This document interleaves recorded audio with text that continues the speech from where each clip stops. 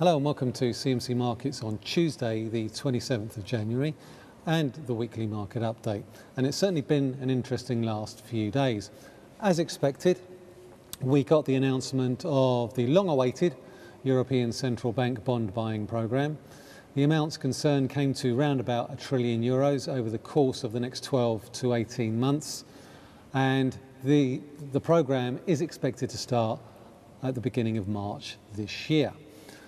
So €60 billion a month over the course of the next 12 to 18.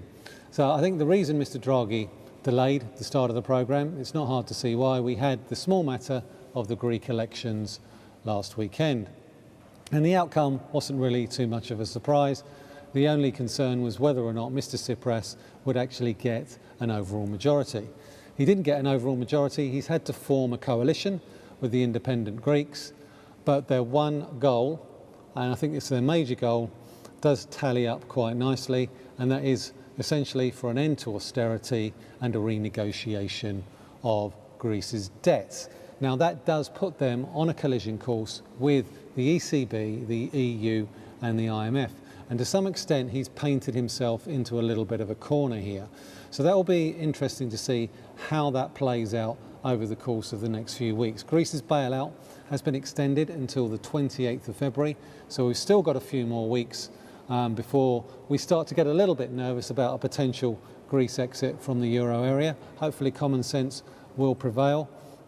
But ultimately, I think the problem that is Greece is something that we will continue to talk about over the course of 2015. For now, we're going to have a look at the performance of the German DAX in the context of last week's decision, and also look at euro dollar as well, because we've seen fresh lows around about 110.98, lowest levels since 2003. And I'm also going to be looking at the SP500 as well as Apple's share price performance in the context of this week's economic data that we've got coming out from the US GDP, the recent US durable goods numbers, as well as the FOMC meeting, which is due to announce its latest interest rate decision on Wednesday evening. So let's start with the German DAX, or the Germany 30, and we can see from this daily candle chart that we've got in front of us here, we've seen a significant move higher. We've broken the previous highs at 10,100, and we've broken out fairly aggressively to the top side. But we do appear to be running out of a little bit of steam around about the 10,800 level. So we've gone really quickly in the space of the last few weeks from around about 9,000 to nearly 11,000, which to my mind is pretty impressive, but it's also pretty stretched. And that does seem to suggest that we could be vulnerable to a pullback. Why would we be vulnerable to a pullback? Well, simply speaking, despite the fact that the German economy is starting to show some signs of improvement, overall, the global economy doesn't look particularly healthy.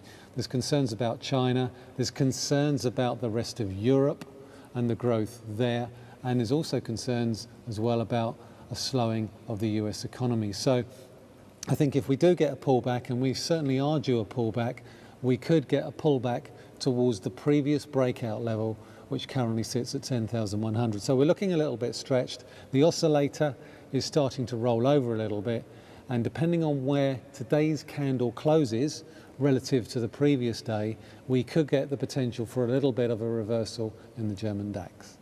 What we've also seen, moving on to euro dollar, is massive declines over the course of the last 2 months. We've come pretty much from the middle of December from 125 down to lows of 110.98. Now, by any stretch of the imagination, that is a big move, and we haven't really had any sort of rebound in that time. So we do remain extremely susceptible to a bounce back, and there are early indications that we could well get one. So what are the key levels that I'm looking at on this daily candle chart that could support such a hypothesis? Well, for a start, we posted a brand new low yesterday, and we have now posted, or look to be posting, another positive candle today, but that even of itself is probably not enough to really reinforce an expectation of a bounce. So we're getting a bit of an improvement in some of the German economic data, but more importantly, we're starting to get a little bit of a deterioration in some of the US economic data, and that could be the catalyst that causes euro to squeeze higher. I think the key element to watch out for this week is going to be the FOMC meeting. There has been an expectation that we could get a US rate hike this year. Today's durable goods orders for December were very poor. The revisions for previous months were also very poor.